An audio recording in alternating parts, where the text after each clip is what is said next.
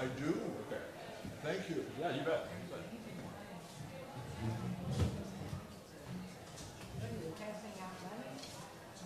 This is the tape for the farm. Donation for the farm.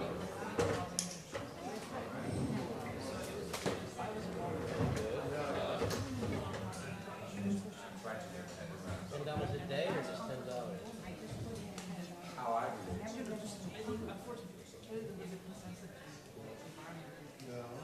They add up what we get. When we come really short, we tell people we're short. We don't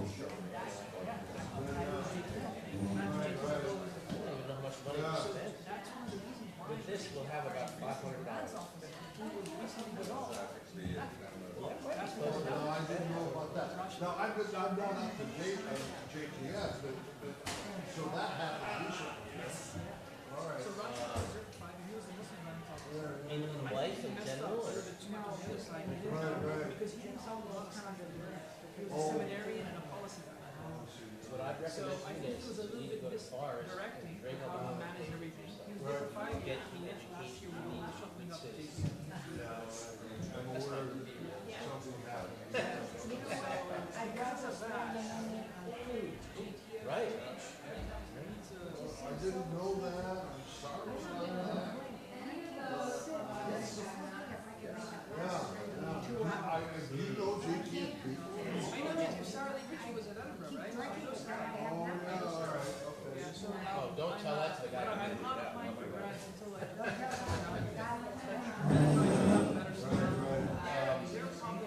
No, so we have a lot. We go a lot.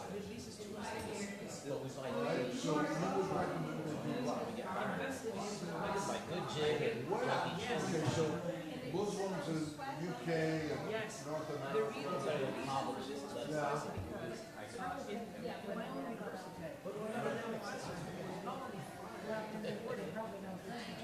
Who? Here? Oh, no. No wonder you want to go to the West. You don't come to that without a lot of practice. I'm so sorry. People say, well, Turkey seems to be very liberal and stuff. That's fine, so far as now we're going down. Someone asked Churchill, how did you manage to consume such Well, alcohol and still pass that on? Just look at it. Right, well, that should be some of the inside JTS. I'll be right back.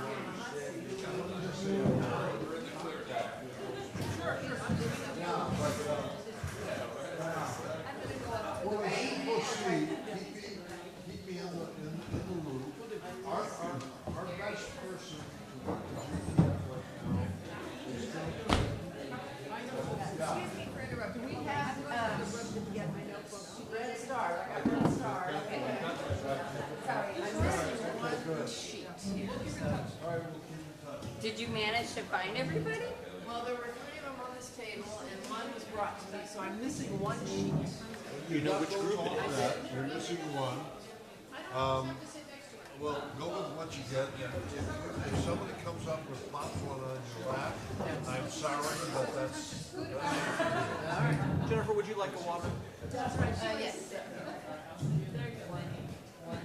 1, 2, 3. Okay. 1, 2, 3. you know. David, do I have a mic over there?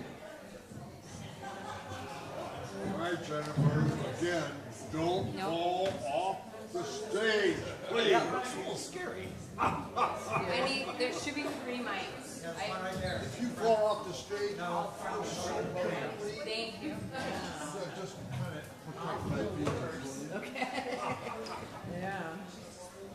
All right. This is going to be great. We only have 2, 45 3. minutes. So, say the most important things first.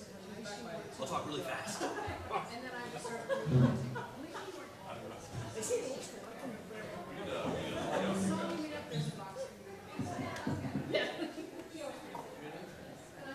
If you want to take this off,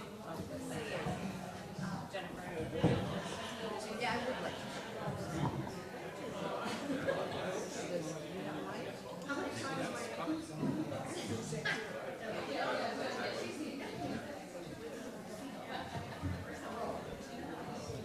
All right, just so you guys know, we'll start a little early. I know this is, and then people can kind of float in and hear what we have to say.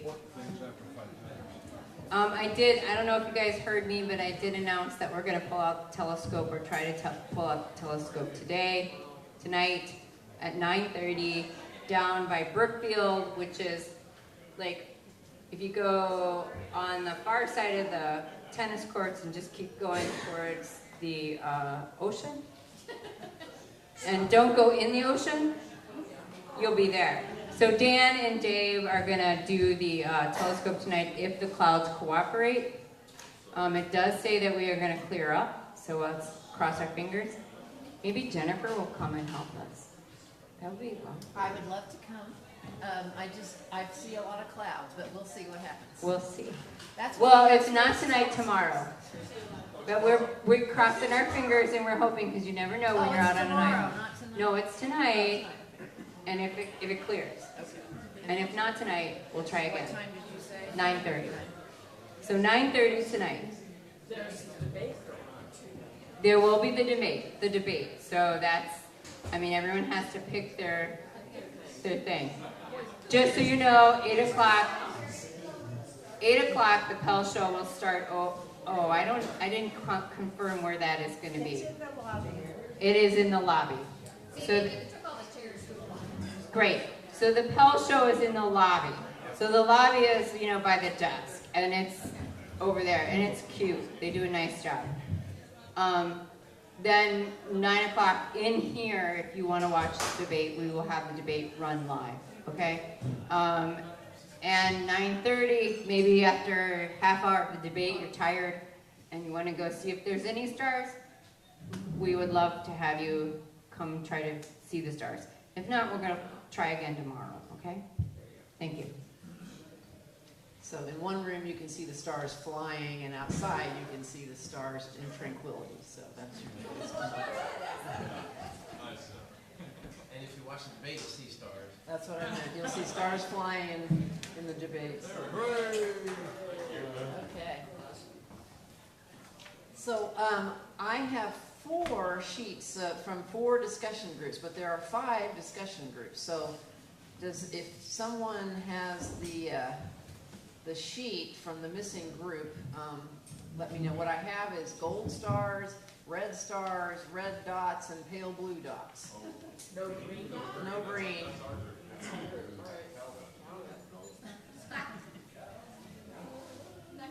That's Kelvin. Where's Kelvin? He might be on his way in. He said he was going back to get his sheet. It's coming in, man. Okay. All right, so we are going to dive in, and so you get, unfortunately for you, you get me again up here, but fortunately for you, you get Dr. Lucas Mix, who was introduced earlier today when he gave his plenary talk, but Lucas is a wonderful hybrid person, a renowned scientist, biologist, astrobiologist, and an ordained Episcopal priest. And as part of all of that, he's a writer, a very creative person, so there's a lot of things you can find out that have been produced by Lucas that you'll enjoy reading and talking about. But today we want to dive into the very interesting concepts that you shared with us this morning. And you, by the way, we want to also greet those of you who are watching the streaming. So greetings to you all watching online. You gave the whole group here a little teaser question to think about in our discussion groups. And the question was this: is there something humans could change about themselves that would make them no longer human? Yeah, before you go any further. Oh, great. The green one. Thank Sorry, you, it's the late. green one. All right, you get 10 points off. Only half of one question will be answered. Now, actually, actually, it's the green group, as I look here, that actually had some of their answers to that question written here. So I'm going to give you some of the green group's suggested responses, but see then what your response is to that. So, is there something humans could change about ourselves that would make us no longer human? And then it says no longer neighbor. I'm not quite sure. You can explain that a little bit better. But this green group says maybe if we rearranged our human genome, that's one thought. Another one is if we became self-replicating cyborgs, or if we started breeding with aliens, or if we were in planetary isolation. I guess we go to some other planet, isolation over generations with evolutionary divergence. So, do you have any comments, Lucas, on whether these are situations where you would agree that these beings are no longer human? Well, first of all, thank you for taking the question seriously.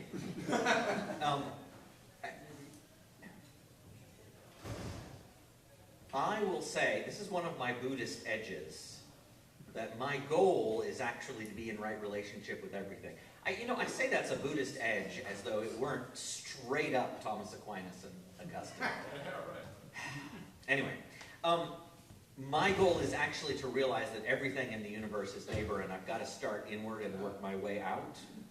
I do think, and I hope you appreciate this, that I will treat you all better than I treat frogs.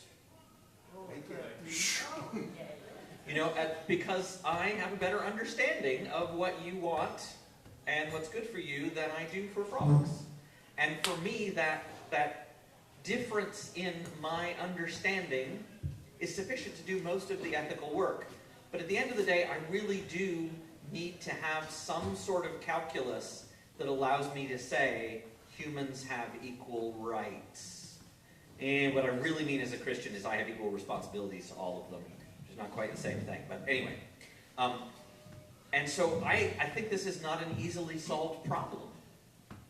And what I want to do is not give a definitive answer, but have a pragmatic answer that allows me to do the ethical work I want to do and challenges me all the time to sort of widen that out in whatever way that I can.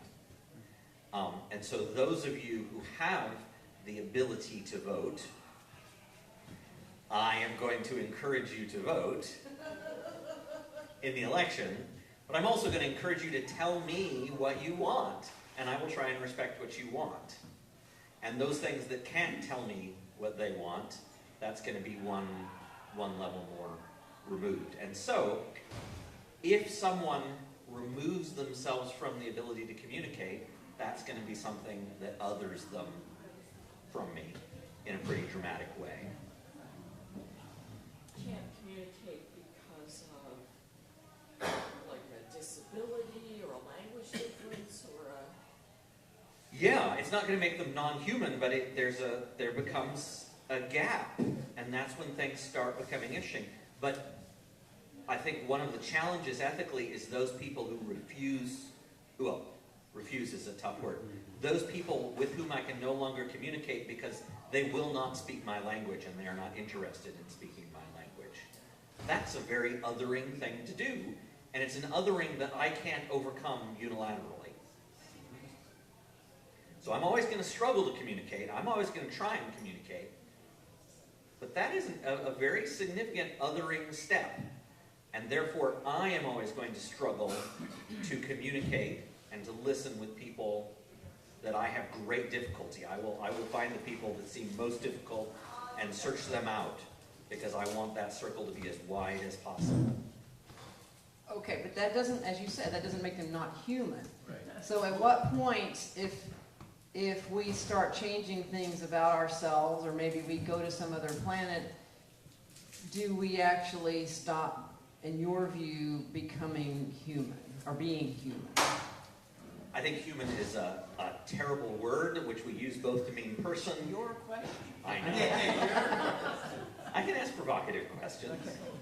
I think human both means person and an individual member of the species Homo sapiens. individual member of the species Homo sapiens, to be honest, I don't care about that much. Because there's lots of biological interesting things like sperm and eggs. They're individual organisms of the species Homo sapiens. But mortal rational animal, which is Augustine's definition because it's Aristotle's definition, if it's embodied, if it talks, it's human. Augustine's words are very interesting here. He doesn't say it's human. He says it is a son of Adam. Well, parrots talk, so... Parrots do talk. I'm not convinced parrots are rational, although Alex makes me wonder. I don't know if you're familiar with Alex. Alex is an African gray, right? That has the had the vocabulary, I think, of a 3-year-old by the time he died. So yeah, those things are going to make me question. Okay. All right, so if I recall in your interesting talk, one of the points you made is that we sort of glorify individualism, in a sense, in our culture, but to be really spacefaring and successful at it, we would need to be cooperative during the trip or something, but once we get someplace, the society might become individualistic again. I'm probably getting that all messed up. Sorry, I ran over that a little bit quickly. What Okay. I meant to say is that on another planet we will still be cooperative, but there will be cooperation on that planet that differentiates itself from this planet. And that will bring us to a very interesting ethical point. And I'm not going to speculate on it till we get there, other than to say that sort of big cooperation necessary to get there, the whole dynamics of that will change if we can actually set up an ecosystem there. Well, that's interesting. That was one thing that Dr. Shellhammer said earlier this week, was that those early astronauts that had the right stuff, you kind of glorifying those individual leadership roles, but now to have a successful space crew, they're looking for candidates who can be team players. So, you know, that's kind of different. But here's what the Red Star group asks: can you speak, along this line, can you speak to science fiction narratives that do not support individualism, and what ideas do they bring forth? Red Star. Woo, woo, woo! You were expecting a high bar answer here, because you know this. So I gave several examples of very individualistic science fiction in this genre that we call hard science fiction. Heinlein, Asimov, more recently Andy Weir, and I sort of critiqued that. I like some of that. I'm not a huge fan of hard science fiction. Hard science fiction, some properties, it tends to glorify technology. It tends to sort of revel in showing off the author's knowledge of the technology. And it tends to have a policy agenda. It tends to sort of want you to support space exploration. And people like Kilgore have explored this as a genre. So the first thing I wanted to do was, well, are there some women authors of hard science fiction? And it was horrible. I couldn't think of any. So I did a quick search on the internet. I was like, this isn't hard science fiction. So that's an interesting inequality. I'd be interested in hearing from you later if you know. The only example I could come up with is Lois McMaster-Bujold. And she's a little bit different because the technology that she's interested in is reproductive technologies, particularly if we had a device that would allow the development of an embryo outside the mother's body, how would that affect women's roles in society? So I will recommend Lois McMaster-Bujold. I love her work. It reads like trashy space opera. And 12 to 36 months later, you go, ooh, she was covering real stuff. I don't know, maybe you're quicker than I am and you'll catch on in a few months. But outside of hard science fiction, there's all sorts of names for this. One of the popular categories is just speculative fiction, which is less technologically oriented. I think Ursula Le Guin is just one of the greats Ursula Le Guin deals with gender. She deals with faster than light communication, faster than light travel, what it means to be in relationship with people on another planet, even what sanity is. If you haven't read Lathe of Heaven, it's the best psychological fiction I'm aware of. So Ursula Le Guin, you may have noticed there's a lot of white people. There are a number of really good African futurists and Afrofuturists. They distinguish between themselves. I really strongly recommend Nnedi Okorafor, 2 N's in Nnedi, N-N-E-D-I. She's going to talk about space travel from an indigenous Nairobi perspective. And N.K. Jemisin, who does a lot of subversion of normal tropes, and the great, although very depressing, Octavia Butler, Yes.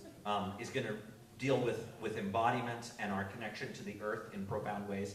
And of course, if you don't know Margaret Atwood at this point, where have you been living?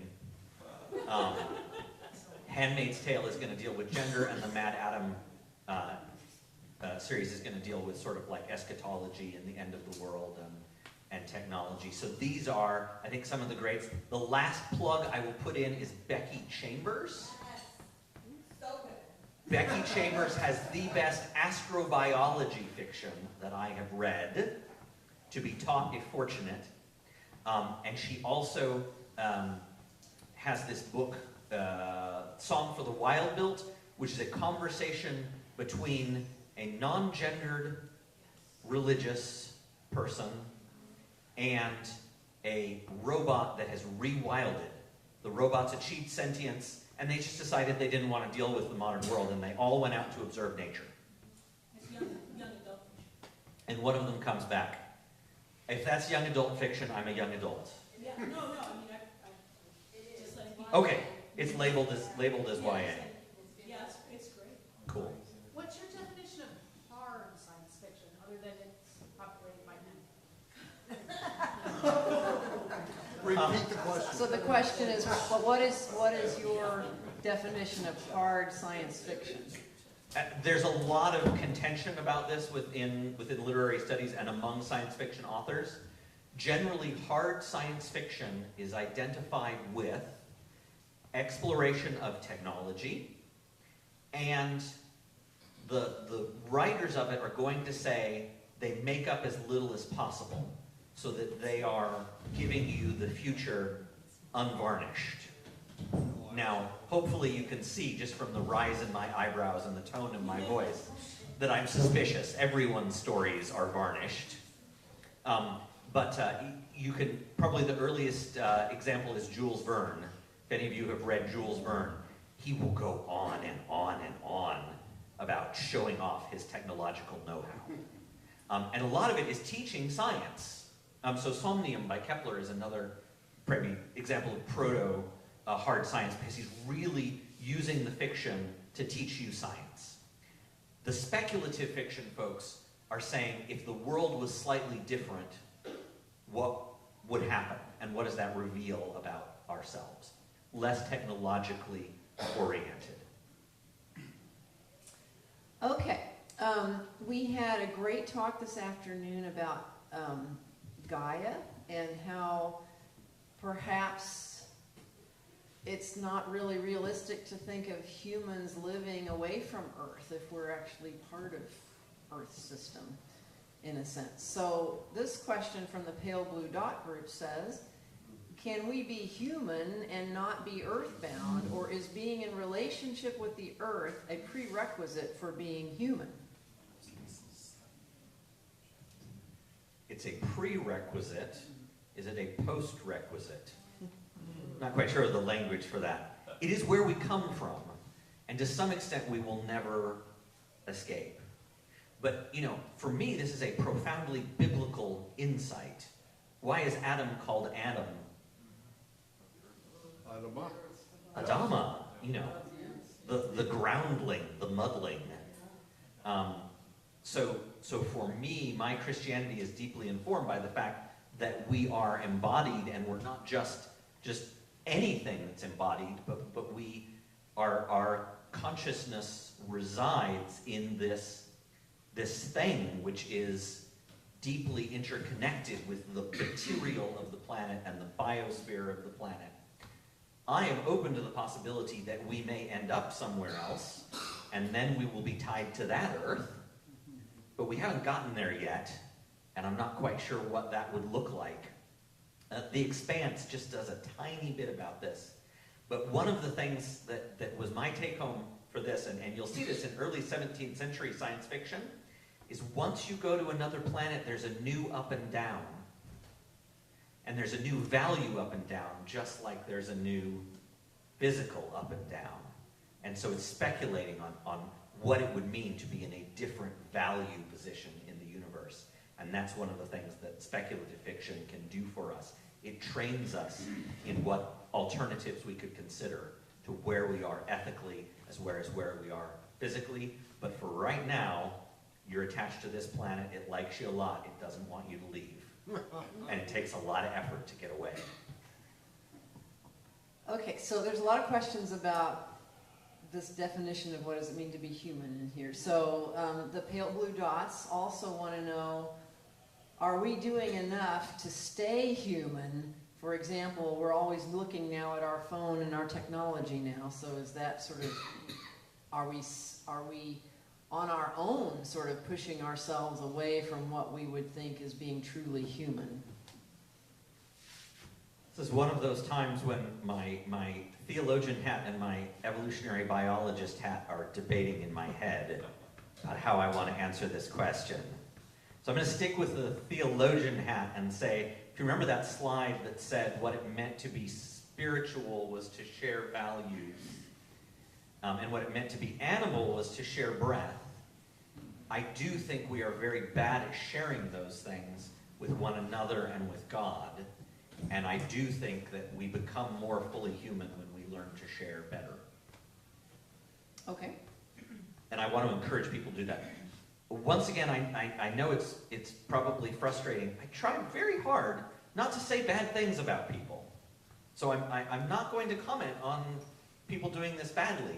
I don't want to throw blame. I want to say all of us can do a better job at being human.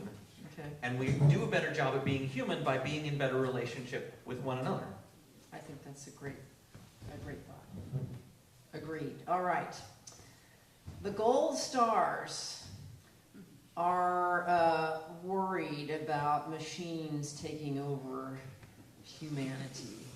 So,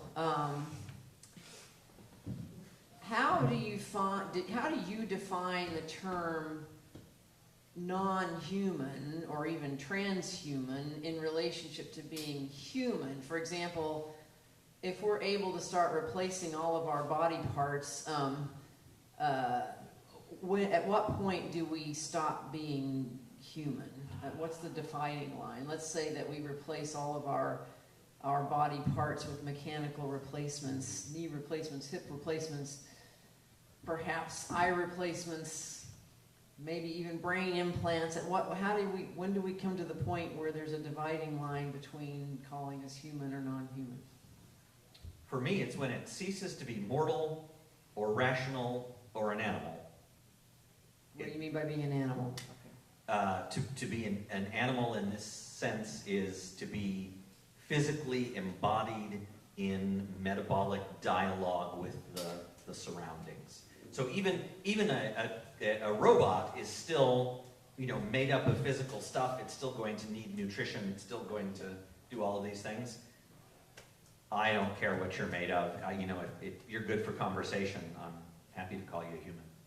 So in Star Trek: The Next Generation, we had Mr. Data. Was Mr. Data human? Yes. There might be some disagreement there. I mean, I feel like that was the upshot of the show. So it's trying to be more human, but he never quite made it. But can you define first, how do you define human? Okay, so the question is, we're talking about all this human definition. How do you define human? I think you've tried a few times. I think I tried that one. But once again, There's how one defines an individual organism of the species Homo sapiens, which is a clear genetic question. And there's what do I consider a person with moral standing. I think what you really care about is person with moral standing. The other one's interesting, but it's mostly an inside baseball question. The moral standing question is what we care about. Who do you talk to? Who do you care about? Who is responsible? We have this horrible tendency to others. This has come up several times, and it's wonderful and awful. If you look at any war propaganda, you will see lovely biological metaphors, because how do we other something? We express it as lesser, usually by representing it as a non-human animal, particularly a reptile or an insect which we consider farther away from ourselves. And we have all of these stories we tell about things that have agency and intelligence, that are therefore a potential threat, but are not human enough for us to have to care about them. Zombies, clones, robots. George Lucas, you know, he had it down. You have vast armies of clones so that your heroes can shoot them all day long, and the audience never questions the morality of their actions. I want to get away from those narratives, and the way that I get away from those narratives is if it is mortal, if it is rational, if it is animal, then it is my neighbor. And I am obligated to treat it as I treat my neighbor. Okay, so is that true then for other advanced animal species on this planet? Dolphins, chimpanzees, how are they human? Well, here's the rubber meets the road. They have some of the elements of personhood. I value the democratic society that I live in, and I don't get to decide who counts as a citizen, and they don't count as citizens. I've sort of taken that. I'm going to treat the chimpanzees and dolphins as well as I can. Probably not going to treat them as well as humans, because not going to treat them as well as the adult Homo sapiens that I run into, because they are another species and I don't understand them as well. I can't communicate with them. Therefore, I don't have the same ability to know what is good for them. I have a hard enough time dealing with all of you folks, sorry. So I'm not going to go out looking for this relationship with the dolphins with too much. But yeah, I have nothing invested in saying that they're not persons. Okay. All right, so I'm going to subject you to the same thing we subjected poor Andrew to last night, which is this discussion seems amazing and interesting and kind of fantastical, but when we all leave here and go back to our daily lives, so what? So what would you like, what do you think should be like the two important takeaways that from what you're trying to convey that we can apply in our own lives? How many of you care about Christian scriptures? Christian scriptures, the Bible. And others. Yeah. So one take home. There's a whole lot of biology in there. Let's take that more seriously. Such as what? Such as what? What do you mean? We are one body in Christ. Oh. So my take is that all Christians take some of the Bible literally and other bits of the Bible figuratively. I have yet to meet anyone who takes the whole thing literally. I'm not sure how you could do that. We tend to take the biological bits figuratively. So I'm going to challenge you to take those bits more literally. When Jesus says, when Jesus gives up the ghost, the Greek for this is actually that he exhales. He gives up breath. And there's this interesting thing. It says, I'm sorry, I'm forgetting the exact words. I render my spirit up to God. And then he breathes his last. And that for me is a profound statement. that the end of physical breath is connected to the end of spiritual breath, at least for the moment. What would it mean if we took that more seriously as Christians? When we talk about death to self and life in the body of Christ, what would it mean if we took that more seriously and said that insofar as I am an individual, I am less important than I am when I am part of the whole? Okay, great. And what about for people who might not consider themselves Christians, or is there something that, a take-home message that anyone could take from your presentation? Theology is visceral. Okay. Yeah. Could you elaborate on that? Many of you will have realized that I eat funny food, that I don't eat the same food that everyone else is eating because I don't get along with my gut bacteria. And I had this moment where I realized that my concept of self was deeply compromised by the fact that there's all of these things in my gut that change the way I feel, change the decisions that I make. And that seriously compromised my sense of autonomy. And that was a theological revelation for me. We act as though our minds were somehow not embodied. And I want to say, no. This is the same message that Andrew had. Like minds as we encounter them occur in bodies, and bodies are messy and physical and metabolic and interconnected. And so I want to encourage you that neither biology nor theology is something that is only done by experts. It is the way you think about your livingness and the way you think about worth. And those things occur in your body as well as in your mind. And to the extent that we can better understand the way those are linked, we will be happier, and I think we will be better people.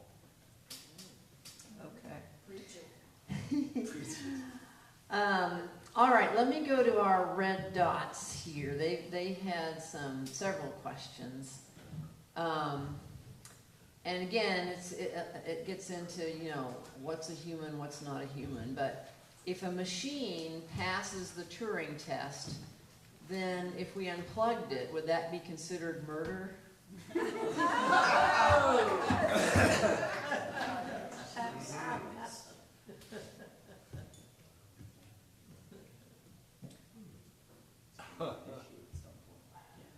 Well, the first question to ask is, there are many machines that if you unplug them and plug them back in, they operate just fine.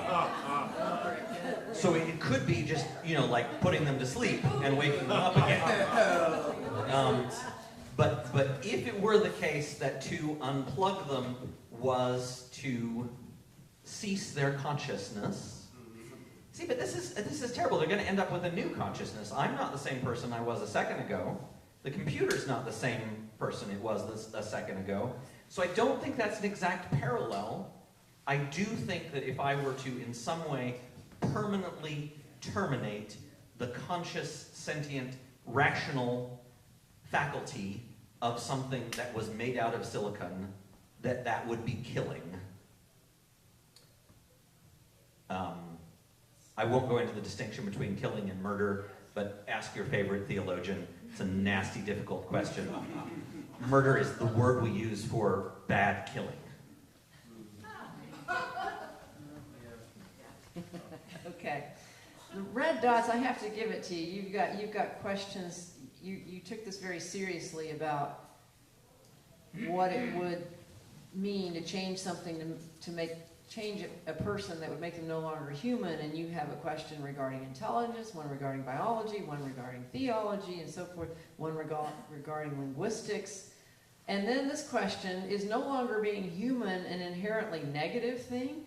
Wouldn't developing superhuman capabilities to be able, let's say, to live in the ocean or on Mars be good, or would that be good or bad? And in fact, is there any consensus about when we became human in the first place?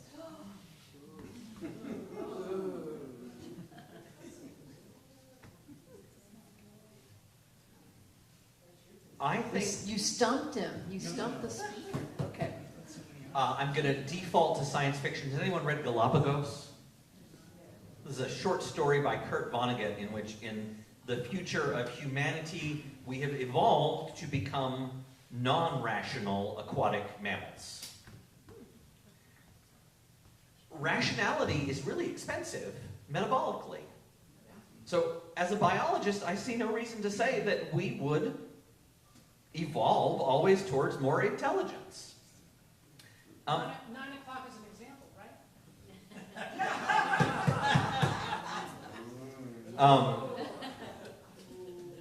As a Christian, and this is a profoundly theological standpoint, so I apologize for anyone who's not also a Christian, death is not as bad as everyone makes it out to be. Extinction is not as bad as everyone makes it out to be. There are worse things. For me, this is one of the central messages of Christianity. There's worse things than death. Sometimes death is the right option. So, yes, I think that there will be times when we are called to become other than rational. It's very hard to imagine. I'm not going to seek it out because I experience rationality as a really good thing. But there's a difference between my consistently choosing rationality and my making the statement that any move from rationality away is evil or bad. Okay. Well, unfortunately, okay, we have to cut it off early, so I'm going to throw out a couple here just to see if you have something quick to say. All right. So our gold stars want to know if or when we create non-organic humanoids and maybe even produce like an army of G.I. Joes, would there still be a brain that would govern their behavior, and would they be subject to human laws? No idea. Okay. And a corollary, how long until IRAS will be attended by machines and non-humans? Maybe it already is.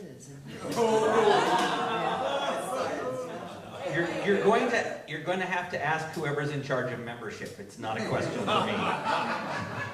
All right, so unfortunately, because of the 8 o'clock Pell show going on, we don't have time to give Lucas his due Q&A, but I'm going to take, if you have one burning question from the audience. Andrew's burning. Okay, you have a question? Go ahead. Here, let me give you All right.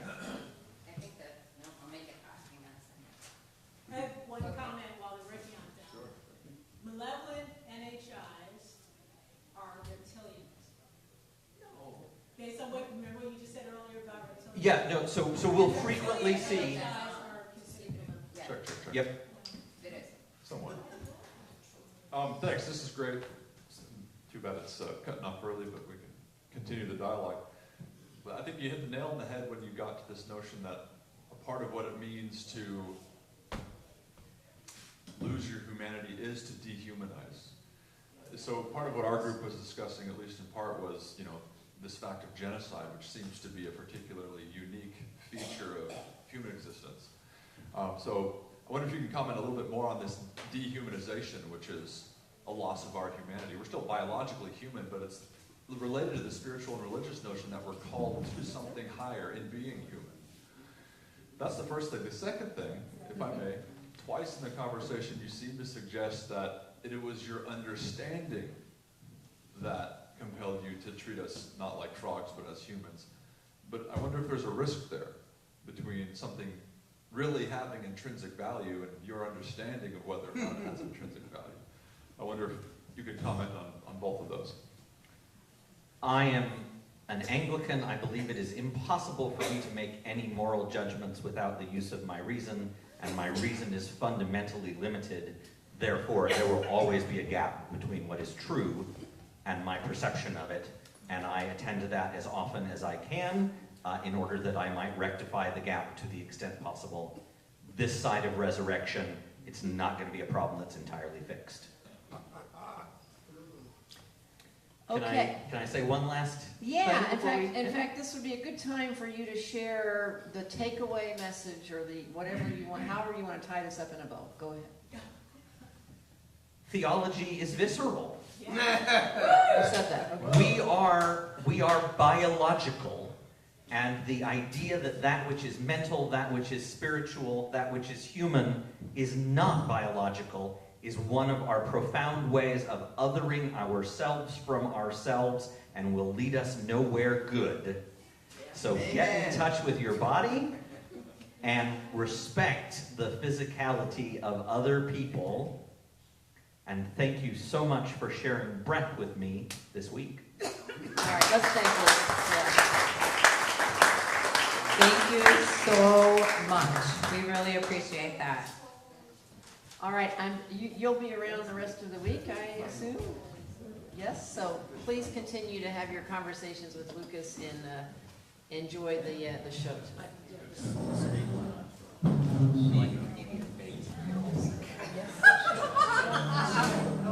Don't fall. Did you fall? He's just very worried. No, I'm just anticipating this. You're anticipating somebody taking a big digger, hey? Oh. Wow. My knees are starting to get iffy on that sort of thing, but I can still do it. Well, both of them.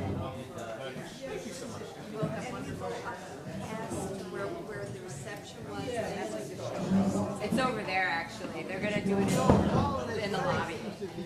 Just so you guys know, the show is in the lobby. So they've got it all set up, so if you go through these doors and through the next set of doors, there's chairs and comfy chairs and set up.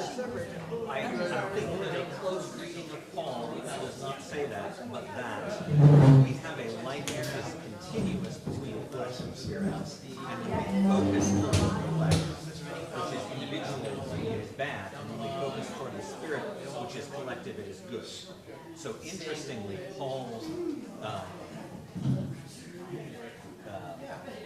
talks about losing, it's translated the physical body and choosing the spiritual body, but what it actually says in Greek is losing the soul-oriented God body and choosing the spirit-oriented body. And so for me, it's about a continuum, and you can in fact face the wrong way on the continuum. Okay. He's very close. Thank you.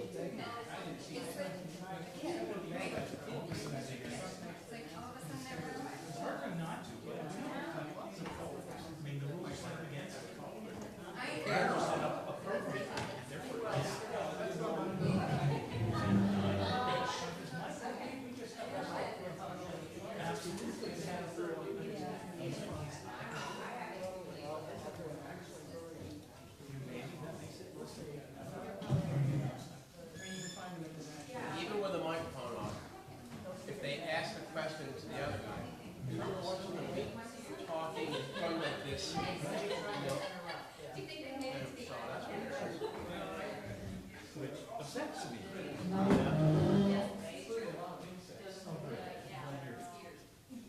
Rising to the occasion. Well, that was a cupcake. I had more than one of these cakes. Did you get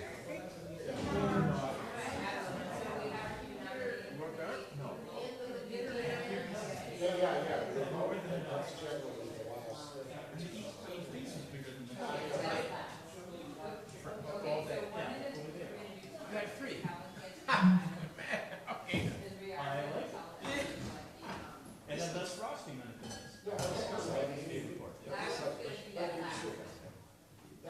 I will gain the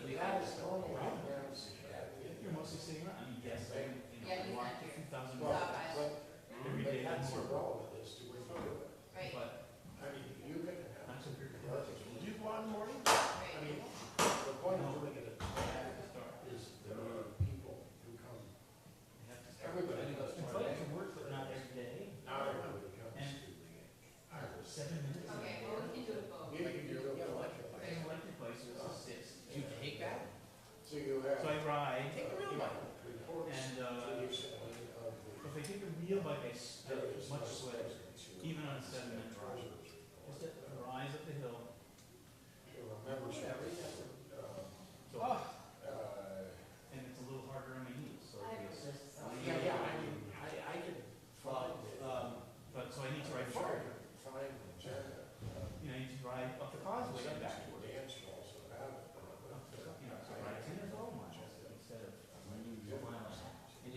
I don't think it's. You know you're gonna go a much long more than distance like- thing, and you know you're gonna look at It's me, reports it's of good to be able to come back and get. major vice presidents. Well, then you have a shower, Rollers. so it's plan. It's, At work. that was a city treasurer's report. That's, as opposed to at Your church. report.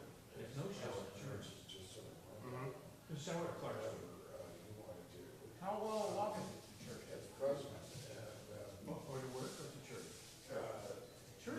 you know. A walk is about 25, 30 minutes. And,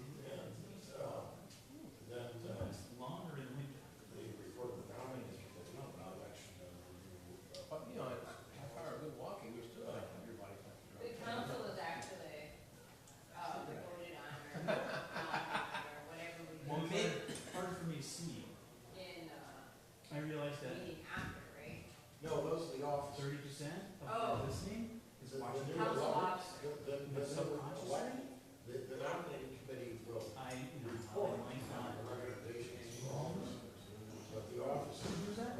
I hear people better if I can see their faces. Oh, Yeah, the term So I sit up close for that council are elected. Close enough.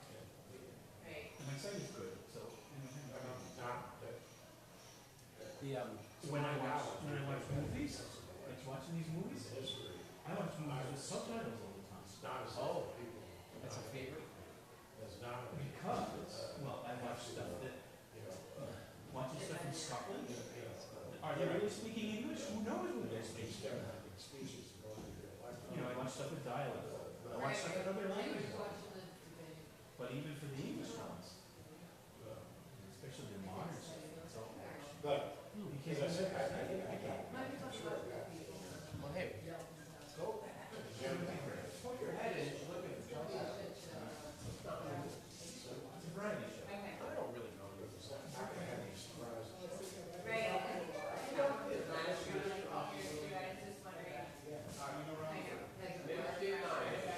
like, last always we're sitting here, and I know you've done it bazillion times, or what feels like a bazillion times. Yeah, at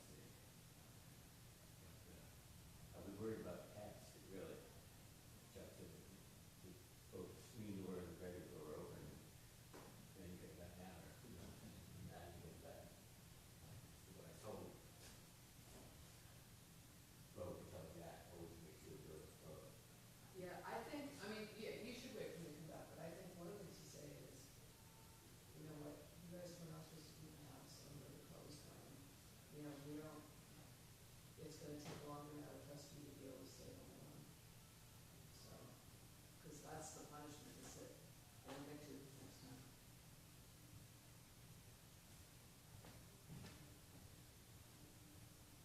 Patty, Yeah. what are my vice presidents?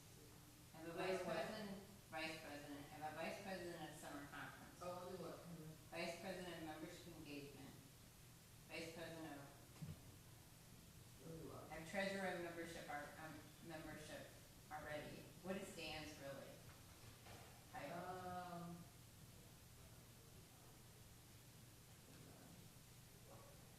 What is Dan's position? Yeah. What's it called? Dan is secretary. So, okay, here, you have VP membership engagement, VP organizational relations. Wait. I've got membership engagement and summer conferences. And so I need VP of membership. Organizational relations, which is Connie. Do you need the names? No, I think if I just,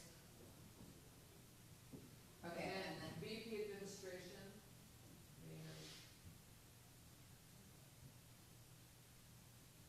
okay.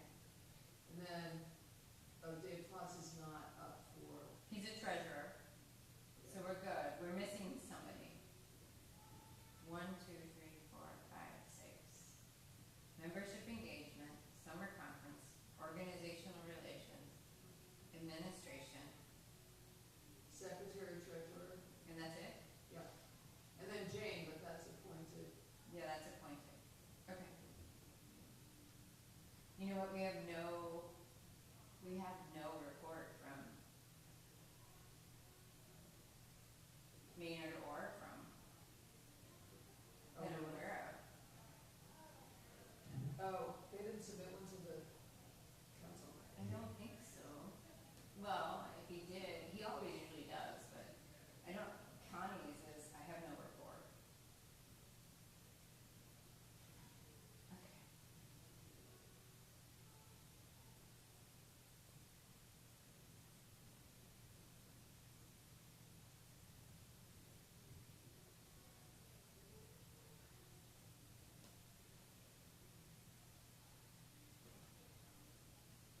I guess I should give my report first.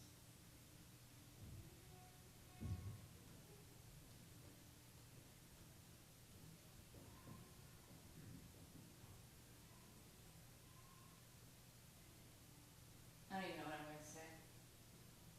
I'll figure it out. So, what if I do?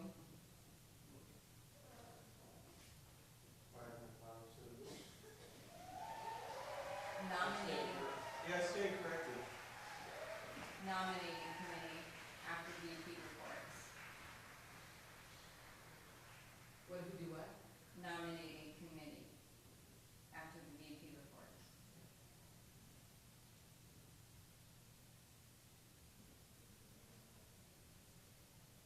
So basically, it's pretty easy. I think you just tell us. And I think the only one we're voting on is Stephen. Right? Yeah. Or do we have to vote on everybody because the ones that are returning to office? We don't have to vote on them, do we? Oh, here we do. Oh, okay, so then just tell us who's returning to office and then we'll vote on all of them. Okay. And then,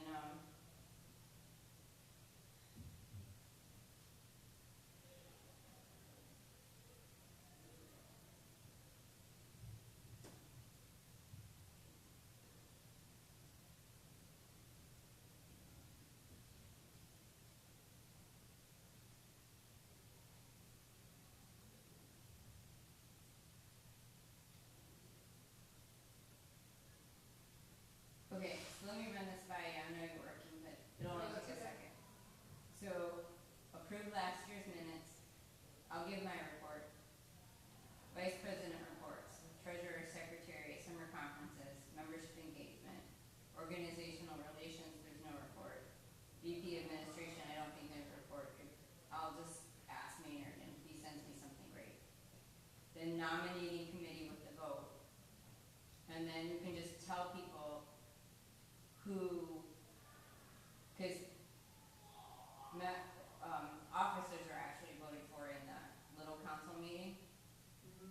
So, but you can tell people that all the officers have agreed to continue for another, okay.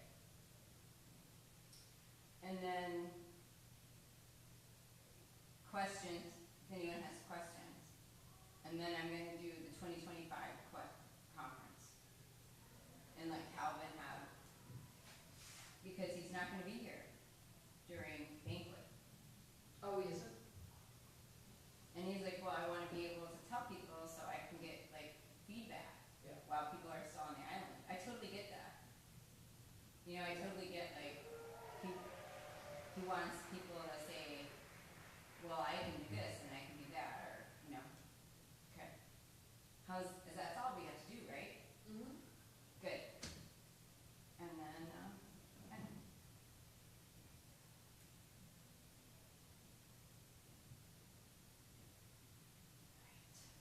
And Jane, did you send it out?